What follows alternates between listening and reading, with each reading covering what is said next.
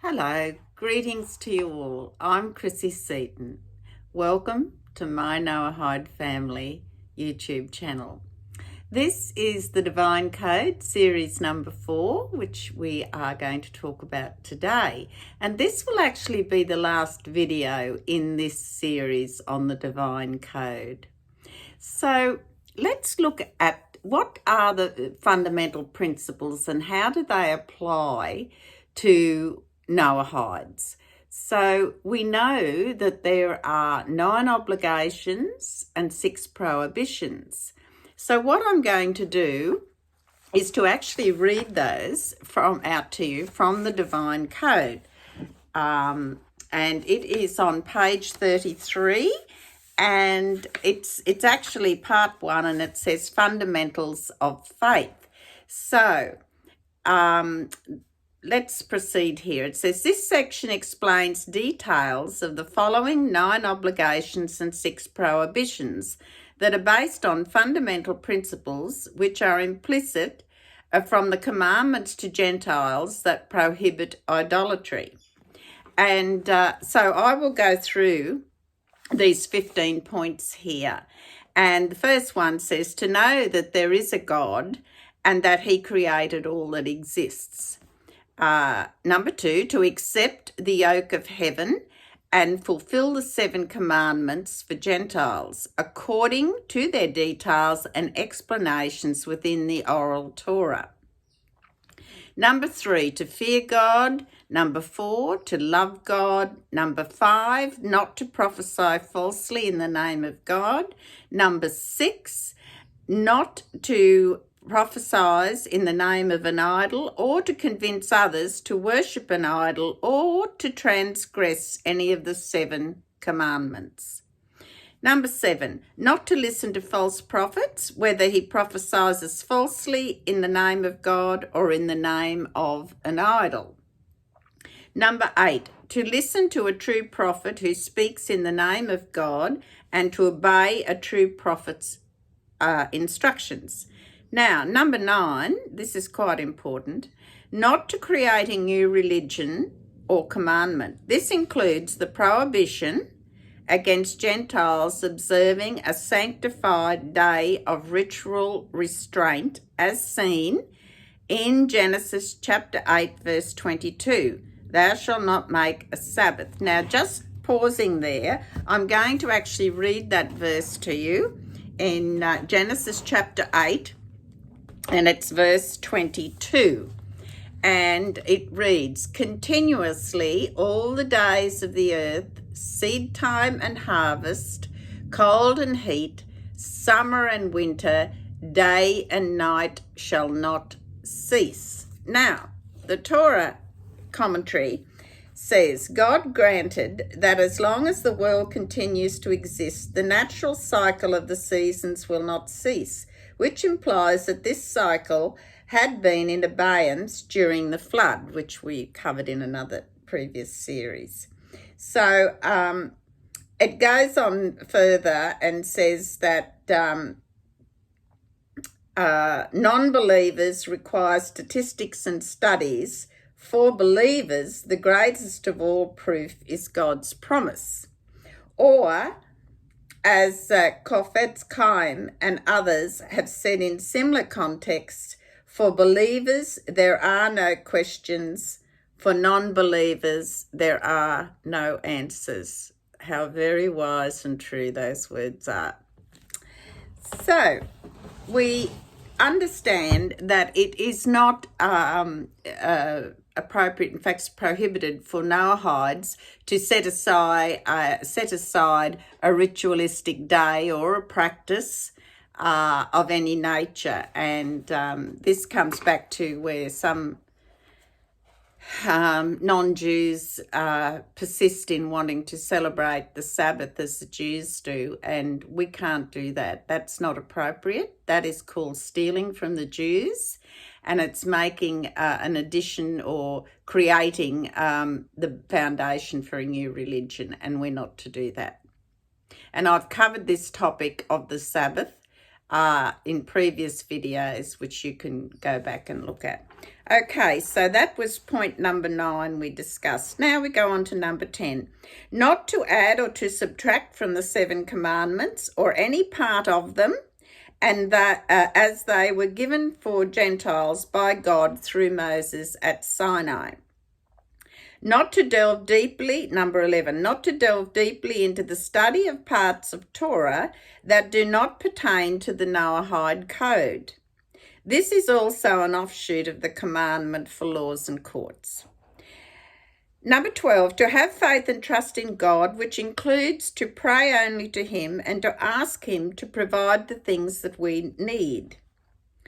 Number 13, to praise and thank God, which includes that a person should thank God for his food and sustenance and for the things that happen to him. Remember, everything that happens comes from God. All things from God are a blessing, whether we perceive them as that or not. Number 14, to strive to imitate God's ways that were praised by the prophets of the Hebrew Bible, and to improve one's temperament and character traits and establish them in the ways that are known to be correct in God's eyes. And we have these guidelines. They're there within the 7 Noahide laws. As you will discover as you read through the divine code, all the guidelines are there. Number 15, the final one, to evaluate one's actions and repent for one's misdeeds and to change one's ways for the better. So, and this is the fundamental, it says the fundamentals of faith, but it gives you, reference there as well. So it's all in this book. As I said at the beginning of the series, most any question that you're going to have, you're going to find an answer or a source for it in this book, The Divine Code. And we all do have questions at times, and we have, one of the questions, for instance, just off the top of my head, I'm thinking, people say, well, we've got the written Torah, but, they have problems dealing with the oral Torah. Well, it explains that in here. In fact, the very next page after this talks about the foundations of the Noahide Code, the written Torah and the oral Torah. And it gives you a great explanation, which I'm not going to be able to go through in this video. And it is something that you all need to go through. But just for instance, on page 40 and 41, it gives you the mode of translation, etc., and why we need to have the oral Torah as well. I've said in a previous video, the written Torah and the oral Torah go together like a horse and carriage. Both have to come together to function and do what it's designed to do. So, you can't have a carriage and expect it to motorise itself. And if you don't hitch the horse up, it's not going to go anywhere. So the two go together. So please remember that. And as I said, the explanations and the whys and wherefores are clearly outlined in the Divine Code. So the other thing I want to stress also is that when you get your copy of the Divine Code, which gives you the laws. It tells, as I said, it's a reference book. It's a book of law. But also, one needs to have a copy also of the 7 gates of righteous knowledge. And this takes care. This is the laws, the black and white laws, and this deals with our spirituality, our inner self, our being, our relationship with God. Covers all manner of things. So this goes with this.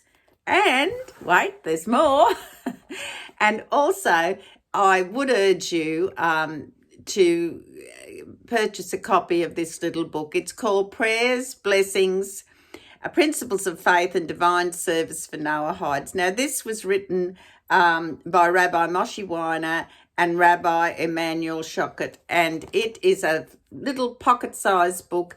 A lot of you I know would have this book, but it has prayers in the morning, prayers in the evening, etc., guidelines for you, blessings to make before you eat and after you eat, etc. So this is it's just really helpful to have that, because one of the first things people will say when they're starting to learn about the Noahide laws and lifestyle is, well, what prayers do we say? So that's the answer to this. Mind you, those prayers are outlined in this book. There is a copy of them in the book, but of course, if you want a smaller, more compact version just of the prayers, then that's where you'll find it. But nevertheless, they are contained in the Divine Code as well. So this brings to an end this series of the Divine Code, which I've really wanted to do for some time now, because I feel it is so important.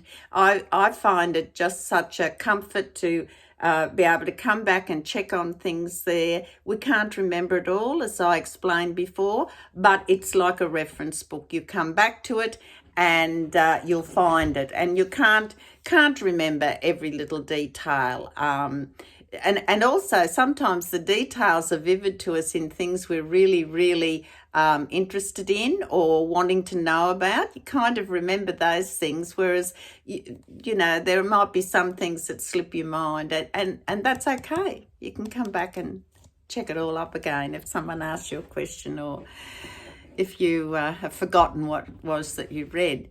So those three books I really recommend for Noahides, and that will really give you a firm foundation, not only just on the principles and explanations regarding the 7 universal commandments, but also it feeds your spirituality. It's soul food for you.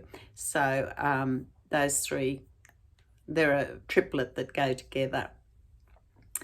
Now, as I explained, this is the last video in this series, the Divine Code, and I just want to announce that I'm going to be taking a short break for a while over the next few weeks, and or at least a month anyway, at least, maybe a little bit longer. Now, the reason I'm doing that is that I need time to refresh and reboot, and also I need to discuss the future direction of my Noahide family YouTube channel, and I will need to seek some advice from rabbis I trust, etc., that what direction should I be going in? Do I continue the way I am with these videos, or is there something else we need to think about in terms of what the material that I provide? So it's a twofold break.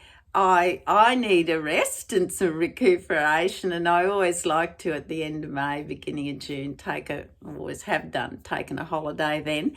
And it's going to give me time to refresh my thoughts and to seek advice and plan the future direction of this channel in ensuring that I'm providing information that's useful for Noahides, or for Gentiles in general. Now, in the meantime, there are over, I think it's about just over 130 videos that are on my Noahide family YouTube channel. So there's, for people who are just new to subscribing or watching, there's plenty of material there to watch in the meantime. And some of you might want to go back over and refresh, etc.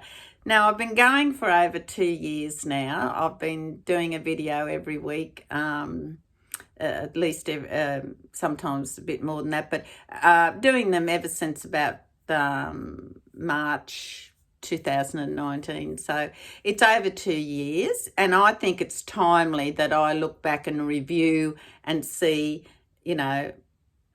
what topics or how I can help people understand more. And certainly I will gain that information through talking to learned rabbis that I trust. So I may surprise you and do 1 or 2 live videos even in the meantime. I don't know. But for the time being, I'm going to be taking, I'm saying 4 weeks or so. And also I need to have a little holiday and visit some people. I've got a couple of personal projects I want to attend to, a couple of house and garden projects. I've got 2 art projects that I want to complete.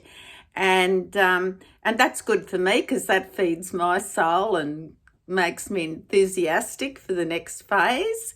So please, in the meantime, take very good care of yourself. And I want to thank so much that I have over 400 subscribers now to the channel. I'm very grateful. Thank you so much for subscribing to my channel, and I promise you I will continue to provide information and videos for you. But in the meantime, I'm going to have a little break. And can I ask you all at this particular time to keep Israel in your prayers? It's so vitally important at this point in history. So, until I talk to you again, I want you to look after yourself, take care, and God bless you.